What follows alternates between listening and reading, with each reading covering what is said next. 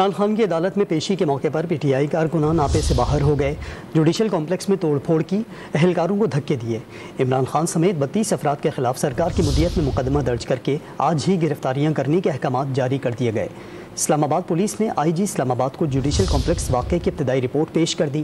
وزیر داخلہ رانا ثناء اللہ نے واضح کیا کہ نظام عدل میں سب برابر ہیں، کسی لاڈلے کی گنجائش نہیں۔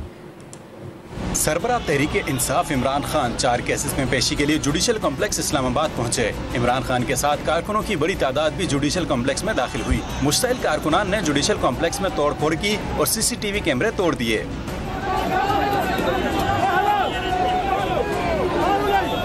جوڈیشل کمپلیکس میں توڑ پھوڑ کرنے پر تحریک انصاف کے رہنماؤں کے خلاف مقدمہ درج کرنے کے احکامات جاری کر دیے گئے۔ عمران خان، مراد سعید، علی نواز اوان اور عمران خان کے سیکیورٹی انچارج احمد نیازی سمیت 32 افراد کو مقدمے میں نامزد کیا جائے گا۔ وزیر داخلہ رانا ثناء اللہ نے واضح کیا کہ اسلام آباد جوڈیشل کمپلیکس پر حملہ کرنے والوں کے خلاف مقدمہ درج کر کے گرفتار کیا جائے گا۔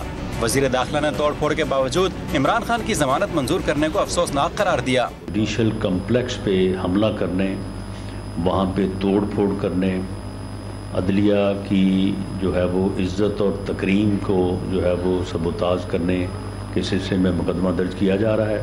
ورکر نما گنڈے جو ہے وہ ان کے ساتھ موجود تھے، جنہوں نے وہاں پہ جا کے زبردستی دعویٰ بولا۔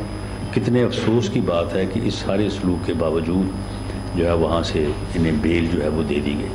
ادھر آئی جی اسلام آباد کو جوڈیشل کمپلیکس واقعے کی ابتدائی رپورٹ پیش کر دی گئی۔ بریفنگ میں بتایا گیا کہ سی سی ٹی وی کیمرہ اور اہلکاروں کو زبردستی پیچھے دھکیل کر کار سرکار میں مداخلت کی گئی۔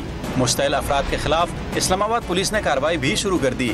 اسلام آباد پولیس کے مطابق سرکاری املاک کو نقصان پہنچانے والوں کو قانون کا سامنا کرنا ہوگا۔ عدالتوں میں حاضری کے دوران یہ عمل دہرایا گیا تو طاقت کا استعمال کیا جا سکتا ہے۔ اسلام آباد پولیس نے واضح کیا کہ مظاہرین کی قیادت کرنے والوں کے خلاف بھی کارروائی ہوگی۔